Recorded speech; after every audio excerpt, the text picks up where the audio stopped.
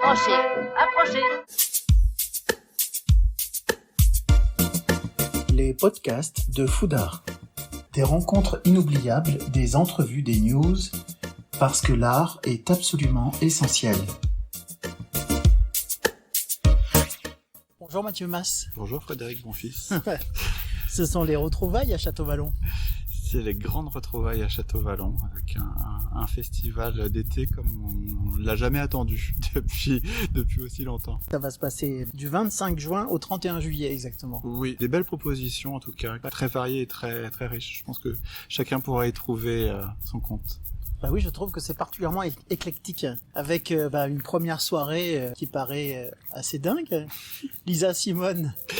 Lisa Simone, eh bien, on devait déjà l'accueillir l'été dernier pour le festival d'été 2020 et on était très tristes de devoir annuler l'année dernière, donc on est content qu'elle ait pu revenir nous voir et ouvrir ce festival par une proposition qui est assez généreuse, qui est, contagieuse dans le bon sens du terme en tout cas, parce que Lisa Simone sur scène, c'est quelqu'un qui se donne sans compter. C'est un beau jazz, assez jazz plus soul que le jazz un peu expérimental. Donc c'est une musique qui reste assez ouverte et accessible à tous. Donc pour une première soirée où on souhaitait accueillir un éventail assez large de personnes, c'était idéal. Et puis c'est un concert. C'est un concert mais c'est un concert. Ils vont revenir voir un concert pour la première fois depuis très longtemps. C'est assez unique parce qu'en plus en première partie de soirée, on accueille sur un autre site dans le lieu, ou plutôt un autre lieu dans le site, ce serait plus correct à dire.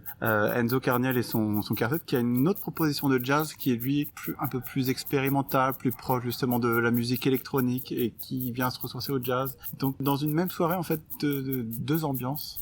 On parle souvent des deux salles, deux ambiances. Et ben là, c'est ce qu'on va avoir. Une première partie avec un jeune quartet propose une musique un peu planante avec des tonalités des nappes comme ça musicales assez denses. Et puis Lisa Simone avec cette voix dont elle a hérité en partie, on va le dire, parce que sa maman, on n'en fera pas mystère, elle est quand même Nina Simone. Donc elle a une voix, elle a un sens du rythme et du partage et de générosité avec le public qui est fort bienvenu en ce moment. Château-Vallon, cette année, ça va être théâtre, danse, musique, concert, performance. Oui, on va avoir des performances effectivement assez intéressantes. On découpe, nous, les soirées en ce qu'on appelle les crépuscules qui commencent à partir de 19h sur des propositions un petit peu audacieuses sur le site de Château-Vallon. Donc, aussi bien sur ce qu'on appelle la carrière du Baou, qui est une zone qui était un peu à l'abandon dans les jardins de Château-Vallon, et puis l'Altiplano, qui est vraiment une zone comme une clairière au milieu des pins et des chênes verts.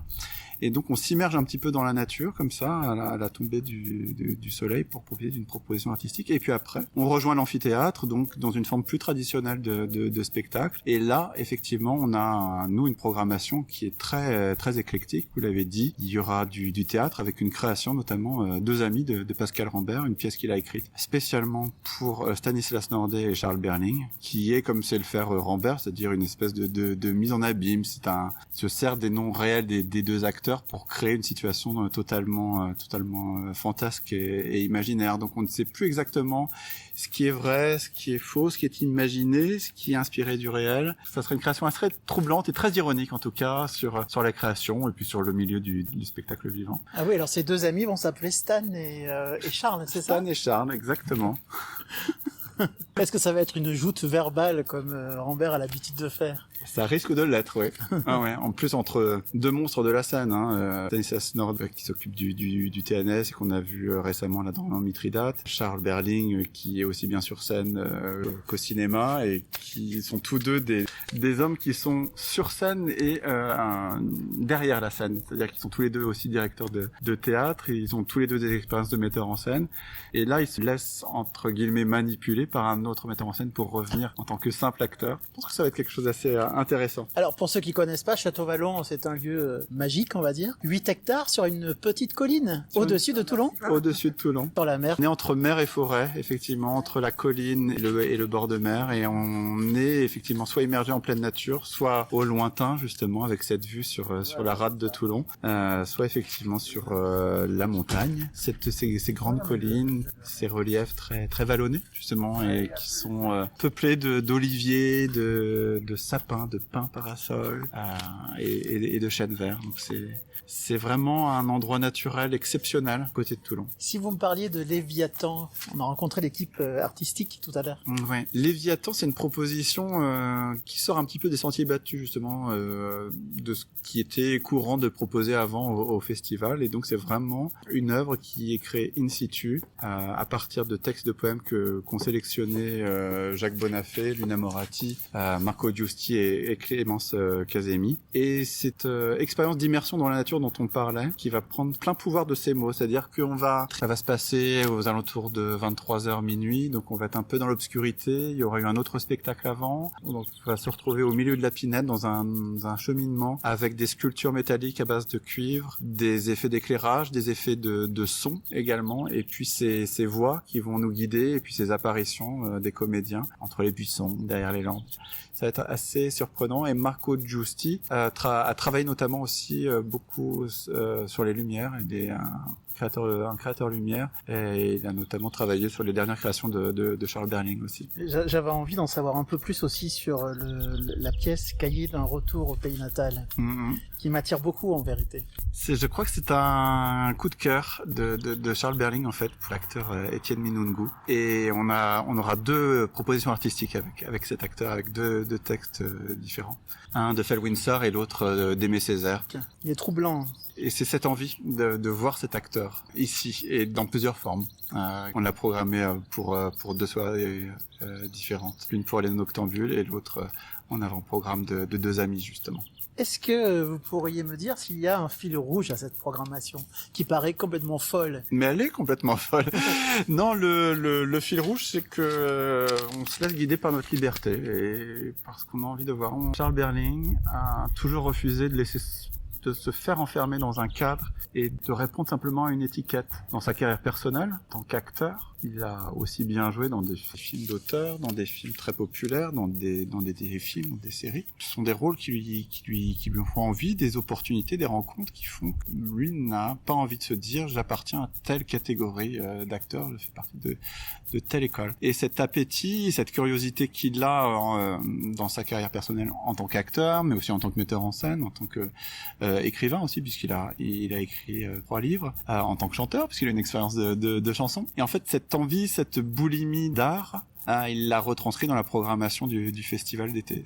Il donne effectivement la place à de la création avec Léviathan dont on parlait, avec deux amis, avec aussi une proposition qui est très intéressante d'Irène Bono sur C'était un samedi, qui est l'histoire d'un village grec après l'extinction quasi totale de sa population juive après la Seconde Guerre mondiale. Et ça peut être effectivement des pièces basées sur un thème extrêmement grave, comme ceci, ou des choses beaucoup plus légères, comme Chant Katakali, comme Sophia Aram, qui est programmée aussi en début de festival. Donc oui, cet appétit, il y avait le fil rouge, c'est la liberté, c'est l'envie de voir des acteurs qui sont pleins de fougue, d'énergie, et qui donnent ces moments à partager, et vraiment à partager, pas simplement à voir. Charles Berling, qui est donc évidemment le directeur de Château Vallon Liberté. Ben oui, c'est pour ça qu'on parle beaucoup de lui ici. Oui, c'est pour ça. Mais qui a été aussi quelqu'un de très important pendant tous ces confinements et cette crise sanitaire. Il a pris la parole et il a défendu la profession du théâtre merveilleusement, je dirais. Il a défendu la profession du théâtre. Il a défendu aussi au sein des deux théâtres que sont Château Vallon et le Liberté à Toulon, le fait de trouver tous les moyens possibles pour continuer à faire travailler les artistes et les techniciens. Donc nous sommes allés dans les écoles, on a même joué dans une église, on a joué en entreprise, on a accueilli beaucoup d'artistes en résidence, on a donné quelques représentations professionnelles. Vraiment, ça a été des mois de continuité artistique. Ce qui est étrange, c'est que tous ces moments de création et d'ébullition qui continuaient de nous animer, nous, dans les équipes plus administratives ou techniques permanentes du théâtre, c'est qu'effectivement, on ne pouvait plus accueillir le public, on n'avait plus cette relation au spectateur, qui est assez proche ici, enfin, j'imagine dans beaucoup de théâtres, mais c'est vrai qu'ici, on est dans un environnement où les gens aiment beaucoup échanger en fait et parler de leur expérience de spectateur. Donc c'était un gros manque. Est-ce que vous sentez que, j'imagine que la billetterie a réouvert, est-ce que vous sentez que l'envie du public est là pour revenir? Ouais, vraiment.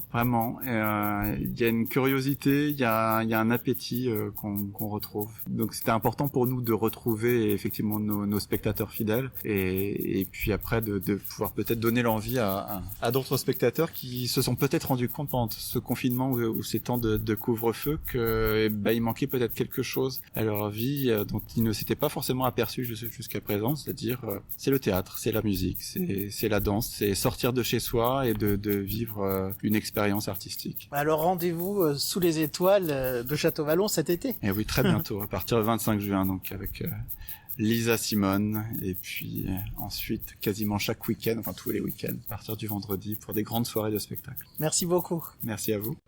Merci d'avoir suivi ce podcast. N'hésitez pas à me suivre sur les réseaux sociaux ou sur mon blog et de me transmettre vos commentaires. À bientôt.